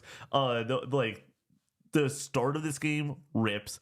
The way that you get introduced into this whole otherworldly experience rips. The way that these characters are so dynamic and start bouncing off of each other, you start to get those personalities, I just want big ass personalities in my party, and everyone's awesome. Walk is awesome. Lulu's awesome. Who doesn't like a goth mommy type character in a party, right? You have Orin. You said it now. You have Orin, who's just daddy. Also, this guy's dripped out as hell. He's just too cool for school. Exactly. This man's just awesome. And then Yuna, and because I want to podcast with you, Titus's relationship. Titus. I know. Is just amazing. Their dynamic is just so simply beautiful, and it's the understanding of there's interest and love between these characters already, and the way that they are starting to I'm playing as Titus, and I'm Titus has a crush on this person. There's this relationship that's starting to build, and that's super interesting to go and want more of that story and see where that goes. It's funny they bring up Persona. People are all the time in the Persona games ask who do you romance and everything. I'm I don't really care. In a game like this where it is deliberately telling a story between these two main characters, basically, I'm this works for me. This is I'm seated every single week to see their relationship build and grow. We talked about the fact that there is not enough love stories in video games recently when you were on the Red Dead subathon with me for a moment, right? And to play a game that really does feel like the building and the budding of a young love is just awesome. I really am enjoying that aspect of it. The turn-based combat, it's great. I think that this turn-based combat works more for me than FF9 or 7. I think that they understand the PS2 upgrades that they're able to have, even though it's still very similar to those other titles. It just works well. Like we already discussed in this podcast, being able to swap in and out a character just on the fly without losing a turn or their move is just so nice. I understand why other games don't do it because it breaks the game a little bit, but also what's really fun being oh man, Expedition 33, this whole thing, let's bring in the backups. Let's bring in that second team and work through this boss with another squad. It works so gosh darn well. There's epic moments. The scale in this game is awesome. The map layout of go point to point to point to point is so nice that it's very linear. Incredibly linear, and nobody calls that out in this game, but it's the main sticking point for everybody in Final Fantasy 13. Makes no sense to me. Love how linear it is. Me too. I like a good linear story. I feel like I'm making progress every single time I play it, which is very, very nice. Blitzball is just cool. Wait, have you gotten it down yet? No, I don't understand it. Well, so I haven't tried to start understanding it yet. This is an interesting one too when it comes to streaming this game. I am really here for the story. I want a Final Fantasy story because I feel like in FF7 original and FF9 original, the two latest Final Fantasies I've streamed, I spent so much time on I think FF7 original, the world, and starting to understand all this stuff, because FF7 original, after the Midgar section, all of it's new to me. So I'm just trying to get the story beats and actually experience them myself for the first time. And a lot of that comes from the first time you go to Junon, the first time you go to Nibelheim, and understanding what that is. And then FF9 is like trying to understand these characters. For me, I've been playing way too much Tetramaster. Here, I'm like, just give me story. Like, I just want this narrative week after week. I want to dive more into it. And it's working. I really think that this game is special. It's funny that Connor's like coming off this take today where it's like, my Final Fantasy fandom is increasing by this game. Whereas I think Final Fantasy 9 like decreased my overall score by law of averages of like how high I am on the other ones. This one, I think, is getting me back around that like average score for Final Fantasy being around like an 8-ish sort of thing, because I think that the game is between that 8.5 and 9 area, whereas the other two that I streamed are a little bit lower. Game's great. Love the main characters. Can't wait to see where it goes. Can't wait to do a full podcast. How do you feel about the voice acting? Oh, I love it. Love it. Because Connor, is it anime as shit? Yes, but also like over the top voice acting allows you to go and understand characters in a way that you don't have to rely on nuances. I don't have to pick anything up. I'm able to focus on the chat, yap it up, and then be just caught by how deliberate and intense the voice acting is. It's awesome. I just always found it a little bit inconsistent. Like there's certain lines that are delivered with such beauty and are really well performed, and there's others where I'm just like, yeah, it's all working for me. And shout out the narration too. I really love, like, that is probably my favorite aspect of this game, is this being a story, and that being the focus of it. Connor, what you got for me? Let's do Silent Hill 2 Original. Just finished this on Xbox on stream on Wednesday. Obviously, last year, Silent Hill 2 Remake, my second favorite game of the year. Had a blast with it. First time playing a Silent Hill game. Yeah. And I really just fell in love with it. Unfortunately, I did know the spoilers for that game going into it, so it dampened my experience with the story and the twists and turns and everything. But I would say the journey to get to that point, to the spoiler that I knew, still really engaging, still really excited to see where everything was going. Coming to Silent Hill 2 Original, I think the only bad thing I can say about it is that I played the remake first. Yeah. Like, it was dampened a little bit because I knew all those twists and turns that led up to that spoiler already. So I wasn't as, like, hooked in of, like, what the fuck is going to happen next? Like, I'm really excited to see where we go next. I was really excited to see the next environment. And that was lacking here because I had already seen everything once before. With that being said, this game fucking rules, dude. This game delivers on the high promise that people set for it as one of, if not the greatest survival horror game of all time. I think it is well deserved. The environments are spooky and distinct. I think that simply, like, you say apartment, hospital, prison, you're like, yep, those are basic horror locations. They all just feel so claustrophobic, and just going through every single room and trying to open each door and being like, please don't open. Like, please don't open. But then when you do go into a certain room and you're like, okay, there's a bunch of ammo in here and health items. Oh, you get that like really great, like warm feeling. And then you walk into the next room and you're like, what the fuck is that? And it catches you off guard. And it's very stressful, and it remains very stressful for every single second of this game. I think just walking around the town of Silent Hill with the fog and it just being so fucking thick and seeing something creep out of the fog never gets old. Like, it's always terrifying. When it comes to the enemy designs, they're few and far between. There's not that many of them, but they are unique absolute freakos, man. And I love that people dig into like the symbolism of like what each of them mean. Oh, yeah. And like I think that's the case for Silent Hill just in general, and why people love it is like it doesn't hold your hand on what is going on. It doesn't explain things to you, but people really get a lot of joy from digging into the ins and outs of what this means, what this is a metaphor for. And I, as somebody who's like not the best at kind of piecing that shit together, I do enjoy I try to do it as I'm going along, but I do enjoy seeing what other people say about these different sections of the game and these different enemies and everything. And it just progresses so beautifully. Like James's journey, like just gets more and more and more twisted as he just goes down this crazy cycle of just torment, and it's all fantastic and just keeps getting better and better. And I felt this when I played the original, or played the remake, and I feel it when I play the original as well. This whole game holds up beautifully. I think there's a great reason to play this game still, even with the remake. I love when remakes do this, where they're different enough, they add a lot to the game. Shout out to Bluebird. They fucking expanded on that game a lot more than I knew when I played it, and it's all gas. Yeah, it's all really good. I felt like I discredited them a little bit because you're just building on one of the greatest games already, but they added a shit ton, and it could have been bad stuff that they added, and it all feels very cohesive. Like I couldn't have told you like, oh, this is clearly not from the original game. I had no idea, because it was all great. It all blended together so well. So there's a reason to go play the remake, but if you want to go play the original and get those fixed camera angles, you get the original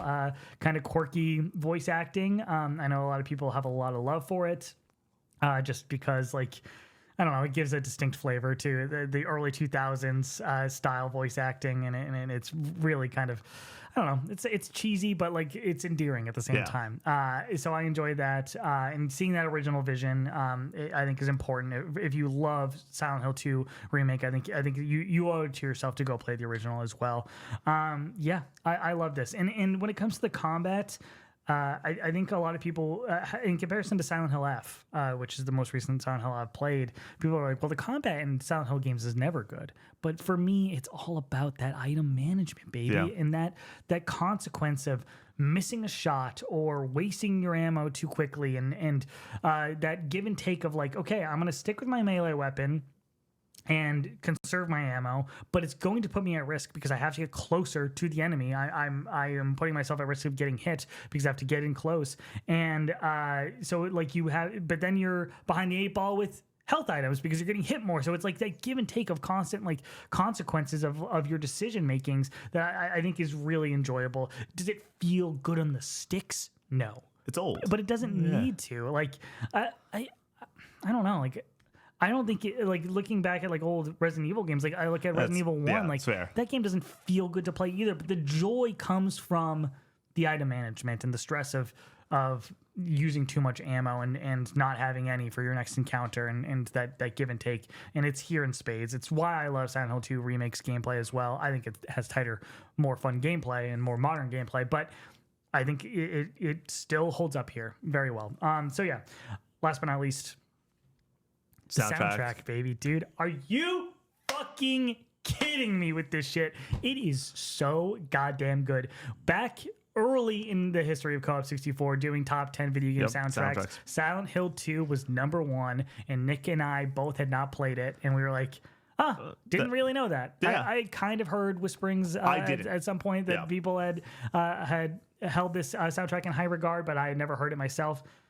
And playing in the remake or hearing the remake, I was like, fuck, this is amazing. This is so good. It's still amazing in the original version. Like, I can compare it to the best of the best during this generation and the generations before. And I think that if you want to make an argument that it's the best soundtrack of that generation, you want to make the argument that it's the best soundtrack of all time. I do not think that's a crazy take. It is firmly in my top 10 video game soundtracks, maybe top 5. It is vast too. It has like these like lo-fi synth tracks. It has these piano tracks. There's this creepy ambient tracks. Like it's all fucking great. Yeah. Every single bit of it. It's perfect. Like, man, what a fucking soundtrack. The song that plays at the end of the game, like so fucking good, man. Like it's all great. All right, Nick, where are we going? Dispatch. That's all we got left. Yep. Dispatch, gameplay wise, is very interesting. There's a mode in this game where you can go and not do like any of the QuickTime events. And I almost wish that I preferred that mode. Like I chose that mode because the quick time events are just totally whatever. It keeps you a little bit more engaged during the cutscenes. But the actual gameplay of doing dispatches and like doing these small little puzzles, so much fun. Like way more fun than this should be. I thought you were gonna say the opposite. Way more fun than this should I thought be. you were gonna say like the character stuff and like making decisions was what you were really enjoying, but it's the dispatching. Well, let me don't hear what I'm not saying. Way more fun than this should be doesn't mean it's like the best gameplay ever. Yeah. But it is a nice little thing. Each episode, you normally are doing like 2 shifts of dispatching, and they last like 10ish minutes. And getting the quick little character dynamics and like the way that the story works with the dispatching, and like all of a sudden you'll be like forced into a cutscene because somebody's like not listening to what you're doing. All works really fun. The story and the animation and the character decisions. Holy shit.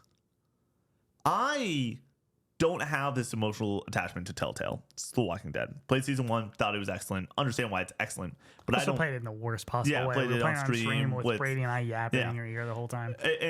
And I understand the quality of that game, but it like wasn't like I'm a Walking Dead fan too. Like I like the show The Walking Dead quite a bit, but it's not like that's not like for me. This shit's so for me. Very raunchy humor, off the walls writing, voice acting performances by some of the best in the game. Aaron Paul's Mecha Man is like really well done, really freaking good. Shout out Alana Pierce, like their performance as I don't even know the villain hero's name, but like she's like a demon with a giant sword. Really dry humor, really funny. It's a person that's in games media and stuff like that. But like, I could like point out everything. Moist Critical, dude, Moist Laura Critical's Bailey. performance. Moist Critical as Sonar, and I know his name. So, yeah, you're gonna eat those Twinks. Like so funny. It's so good. Like this game is so quotable. This game is like guaranteed to be my number like 9 on our GOTY list. I'm gonna check it out. I think for sure. I'm on it, so I'm through the first 4 episodes. By the time this comes out on free feeds on Wednesday, episode 5 and 6 will be out. That's it, right? There's 7 and 8 also, 2 more weeks. Oh, yeah. So nice. also, please keep doing this, dude. Like this is how you do episodic because this game works so well episodically. First couple episodes, there's not like crazy decisions, but there's enough build up with like the world and the story where it's going, and just like the core aspects of what you're doing in this game. It's like it all works. Dispatching is fun. You get into the like general concept of what you're doing. Episodes 3 and 4, you're making decisions that like I cannot wait to talk to you and Brady about when you guys start playing it. I can't wait to talk to the community on Tuesday, especially like Monday group stream. We cannot talk about this because I don't want you guys to like hear about some of these decisions, but like right. I'm so curious to see where you lean which way or the other. Like I'm playing episodes 3 and 4 and I'm like someone's gonna just pin me on all the decisions I've made because they just know me well enough in this community at this point to be like, yeah, Nick is gonna lean this way or that way, and it's there's truth behind that. Like, yeah, of course I'm going to lean one way or the other when it comes to certain just aspects of story and characters and stuff like that. But like, I just like this game a whole lot. It's been my favorite part of my week, probably this week, of running around, really focusing on trying to get out of the house, really trying to like make sure mental health first after a subathon like that, being inside for that long, literally just like not getting enough vitamin D, just hey, I should be outside. I should be doing a bunch of stuff. But Thursday morning was a blast of driving around, getting the Dobby costume all together, stuff like that. Stuff like just making sure I'm outside my home. But then, all right, it's 11 p.m. I'm not tired yet. Like, I don't want to go and just bed rot or anything. Let's do an episode of Dispatch real quick. And doing that with episode 1 was super fun. Doing that with episode 2 was super fun this week. I played episode 3 and 4 yesterday after a terrific nap. And it was so nice to just be like, gosh, like I am so excited for episode 5 and 6 now. I'm going to be texting Jacob. I know he's playing it. Like, hey, what do you do here, there? Like all this stuff. Like whenever you get around to it, it's going to be the same deal. And the way that like there's 2 decisions in episode 3 and 4 that I'm like, yeah, I want to go and replay it. Like I want to go and see what the other side is.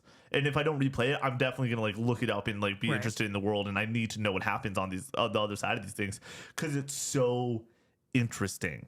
Like there's like legitimately consequential things that like you're making the decision and you understand like this is not going to just be like a small effect. Like this is going to really matter down the line in this storytelling. And the animation's so good. The characters are all so good, so well performed. I think that this is just like the most like, it's an 8 out of 10 that I love, like a 9 out of 10 sort of deal.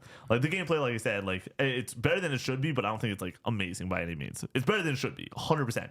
Still not like great. Like I wish that like the dispatch maps changed every single time or something. Like the fact that like you just, the gameplay is always on this map and you're just pinpointing people going, putting your upgrades in. Like I played all of episode 3 with one hand, and I was eating candy with the other hand. I had so much shame on my couch, Connor. It was just wrappers everywhere. I was just dominating things with Skittles. But like, so it's very basic. It's totally like mindless to some level. It's like, but especially with the way I'm playing with my characters, where like a character will be very high in intelligence, and then they'll get an upgrade, and I'm going more into intelligence. So that way, when the intelligence prompt comes up, like I need someone to go and do something that deals with smarts, it's like, okay, I'm sending that person because I'm going to dominate that. And I've been doing well on these calls, and like that's fun, but it's also just like, okay, like put this there and just move on with your day. So you don't walk around in any environments, right? No. Okay. No, so it's different in that way from like Telltale. Yeah. So it is so much. It is animation with character choices. You have the dispatching sequences where you have your list of heroes. There's an issue, you click on a hero, you put in there, or you click on a couple heroes depending on how much you need for that mission, and they're just popping up, and there's cooldown timers on all your heroes, and it's very basic, but it all works. Can't wait to see where it goes. One of my favorite experiences thus far this year. Can't wait to talk to everyone about this game. This it's awesome. is ex-Telltale devs, right? Telltale devs in partnership with Critical Role, who like you can tell the handprint of Critical Role is just like completely on it. It is the DNA of the way that they write their characters and are willing to go and like, there's no punches pulled in this game. The opening of episode 4 is like wild, like where I'm just like, cool, all right, this is happening now. Like I'm like eating a Snickers bar, and I'm just like, okay, all right. But like the first episode, like you see a green dick, like it's wild, it's off the rails, but it's also just like, all right, like this is the world we're in. Everyone, here's the fun part too. Like, it's raunchy, but it's not like roll your eyes raunchy. Like it's not something that I'm like, like whatever. I'm like, this is funny raunchy. Like this is working in a way that I think is dynamic enough and interesting enough that I'm like, sure, I see a green dick and I'm like, yeah, why not? Like it's fine by me. It's not just to be raunchy or over the top. I like this game a whole bunch. I'm down for it. I can't wait to play more of it. I'm like, okay, so like, got a couple days of Yote now, and then Wednesday doing that, and then I'm traveling a little bit, so maybe I'll take that. But like, do I bring the PS5 just in case I don't? Like all that is going through my brain of like, how do I make sure that I get to play Dispatch on? I want to play it on Wednesday or Thursday because I want to talk about it on Friday through Tuesday with the community and with anyone else playing it. Great game, very much. I'm all about it. Connor, what do you got for your last one? We're hopping into Rock Band Unplugged, which is a game that is not available unless you have a PSP. Real quick, want to shout out Persona 3 Portable, available on fucking everything. When they brought over Persona 3, 4, and 5 to like Xbox and Switch and such, it was the portable version that came over. So you can play that anywhere. Silent Hill 2 OG, unfortunately. You might need to emulate it if that's your bag. It's expensive on PS2, less expensive on Xbox. So yep, still $100-ish plus on Xbox, right? $60. Really? Yeah. Really? Yeah, not bad. Oh, that's not bad at all. Yeah. I mean, not bad in comparison to the PS2 version. $60 for a retro game is pretty pricey. Pretty but Rock Band Unplugged, cheap PSP game. I have a lot of nostalgia for this game because there was like a demo version of it, and I was big into the PlayStation Store and the PSP. This was my first time ever being able to download video games, so I was checking that all the time. So when Rock Band Unplugged came out, they had like a demo version that you could download the 5-track demo for free, play those tracks over and over again, but then you can also get DLC tracks and just kind of add to it. And there was a bunch of DLC tracks, so I was just buying those every once in a while, left and right, and playing them on the school bus on the way to school. I have a lot of great memories playing this game. The way this game functions, a little bit different than the basic Rock Band. You have no peripheral here like you do on the DS version of like Guitar Hero. Where have you seen this? Oh yeah. There's like a Guitar Hero Yeah. like with the buttons, and like you swipe on the screen to like strum the guitar. This is just all on the face buttons. The left two buttons are left and up on the D-pad. The right two buttons are triangle and circle. You're controlling all four instruments at once. And for singing, it's obviously you're not like singing into the microphone. It gives you like actual notes for singing. And the way it works is that like one instrument will be focused on at a time, and it'll give you like a block of the song, and you need to hit the notes perfectly in that block. And if you don't, it'll keep giving you the next block and the next block and the next block. And if you're not getting it down, the other tracks, the other instruments will start coming in as well. So if you're stuck on one instrument, it cuts out that part of the song that you're missing the notes on. So like you're stuck on guitar, you're trying to get that down, and the singing comes in, all of a sudden the vocals will just completely cut out. That's until wild. you get over to that. You perfect the little section on guitar, then you can get over to singing, perfect that, get over to the bass, and you're using the left and right bumpers or whatever to go side to side here to get to each of these different instruments. And this game is just so satisfying and fun for me. This is a weird way to put it. It just makes my fingers feel good, dude. I'm sorry. It just does. Like, I'm like, man, like this feels great to play. And when you are perfecting those little sections and going from instrument to instrument, and everything is coming together, and the song is, you're getting all pieces of the song, and you're flipping back and forth. It's magical.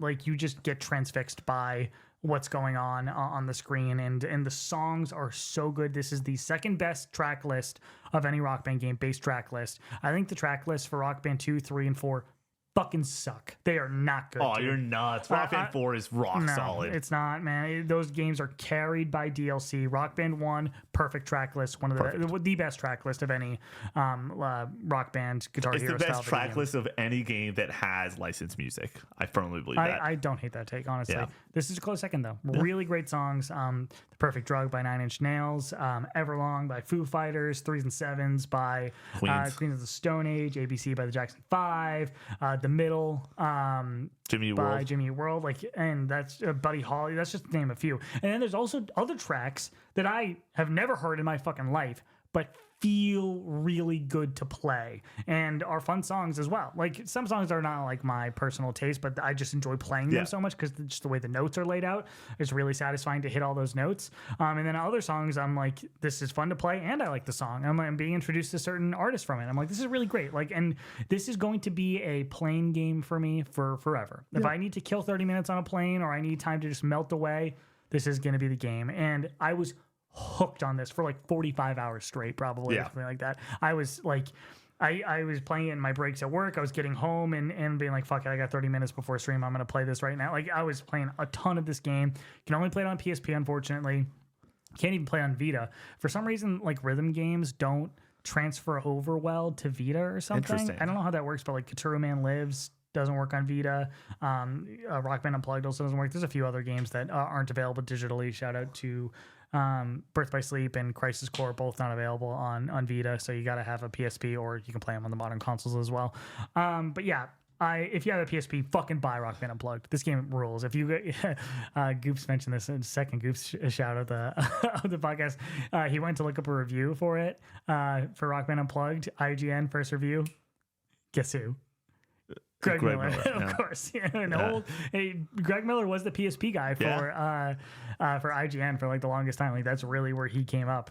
Like that was his beat. So it was cool I went and watched that video as well. And it's like, man, Greg gave it like an 8.3 or something. Nice. I would give this a 9 or like a 9.5. Like for my rankings for this year for my favorite games, like it's easily top 10, but like could go much higher. Honestly, like I love this game so much. Highly recommend it if you have access to it. You ready? Yep, let's do it. You want first? No, you got it.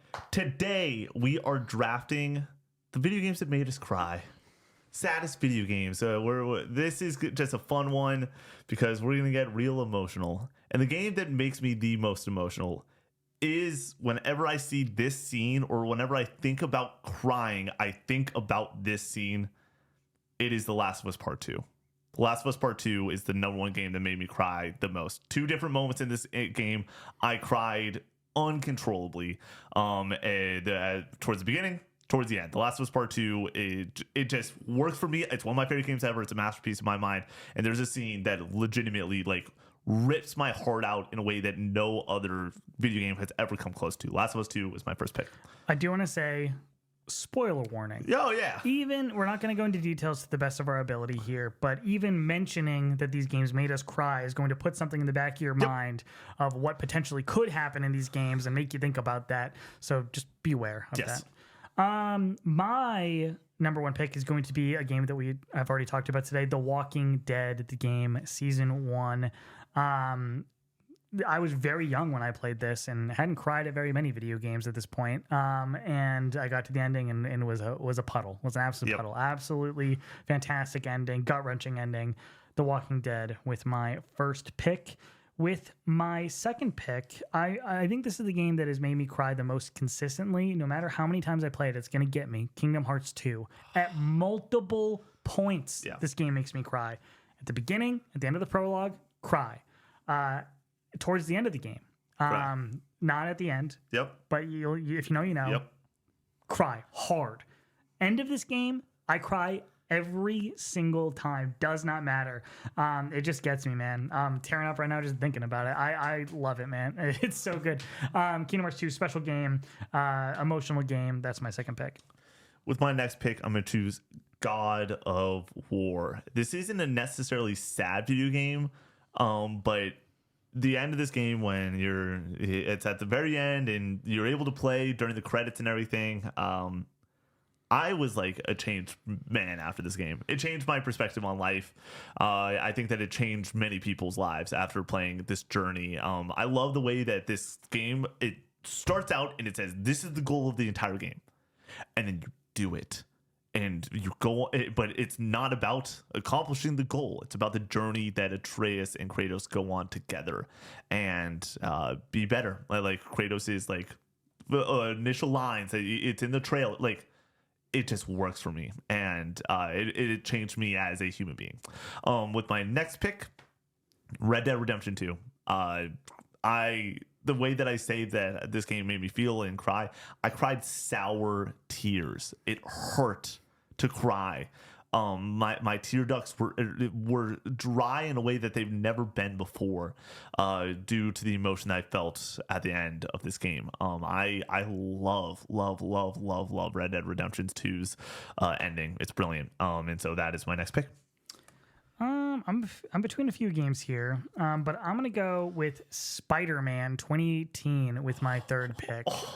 Great pick. This game got me twice, man. It got me once while watching it when it was happening, and then it got me a second time when talking to somebody about the ending of the game and explaining what happens. And I cried the same all over again. So really special ending. I think that's kind of a factor in it, elevating it above something like Miles Morales or Spider-Man 2, because it made me so emotional at the end. I don't think you hit those same highs as you do in this game and those other two. So that's my third pick. With my fourth pick, we're going to go with Mass Effect 3. Had to be me. Somebody else might have gotten it wrong. Leave it there. You know. I'll leave it there. Connor, with my next pick, the price of freedom is steep. Final Fantasy VII Crisis Core. Oh man, dude, just like what a 7 out of 10 game with a 10 out of 10 ending. It's probably my favorite ending in all video games. That's fair.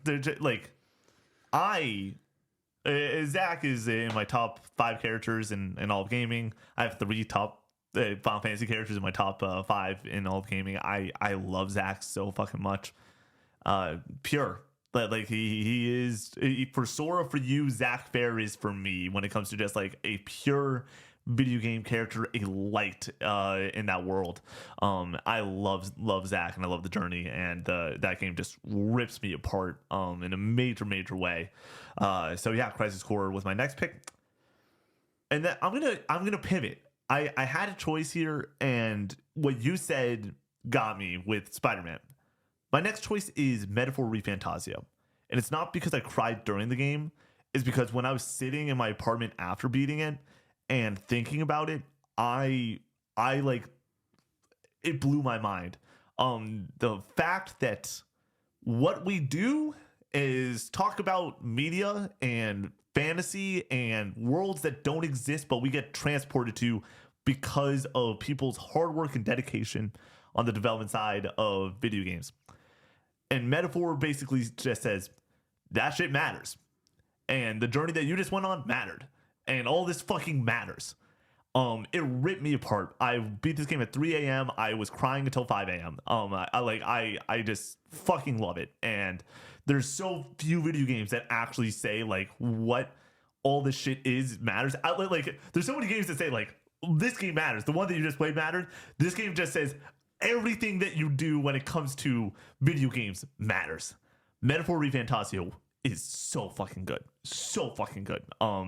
The game is brilliant already, but like, boy, oh boy, every single theme that it tries to touch on, it excels at, and it fucking destroyed me. That's my last pick. With my last pick, I'm going to go with the deep cut here. I'm going to go with Ni no Kuni. The opening of this game, dude.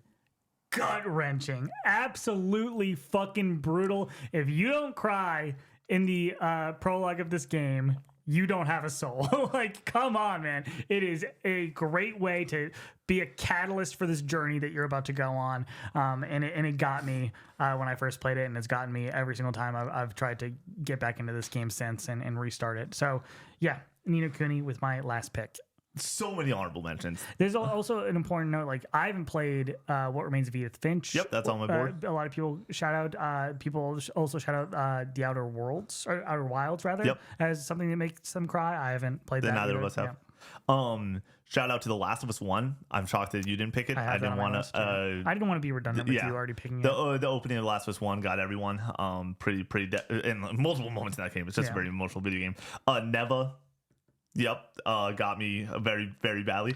Metal Gear Solid 3 Snake Eater. A lot of people I saw had that on their list. The first time I played it, didn't. Watching you play it, kind of did. When I played the remake, like full on tears, like tears that it just got me. It got me so bad. Hellblade 1. Is on my board too. I think that's a very emotional game. And then my last one that I cried so much, and it's the reason that I talk about this game being so impressive in the time that it has, is Miles Morales, Spider-Man Miles Morales. For me, I had Journey on the board. Cool. Like that game, I don't know why it makes me cry, but like just the emotional release at the end of that game with the journey you go on, and the music and the visuals, like it just pulls at my heartstrings for some reason. It is true art, in my opinion. Final Fantasy VII Rebirth, made me cry big time for weeks after the fact. Like I was a different person after finishing Rebirth. Final Fantasy VII Rebirth, I didn't want to put on here because I started crying immediately when I started playing that game. Somebody like the opening of that game appeared recently on a TikTok timeline of mine, and I literally like the first like 3 notes of the song. I don't even want to say what's on. Like it hit, and literally like every time I see the opening now, it triggers me to like want to cry. Almost like it's like you did before. We're gonna get you again. Like it's so good. And then yes, multiple other times I cried. All right, that's what we got for this episode of the Casual Gaming Conversation.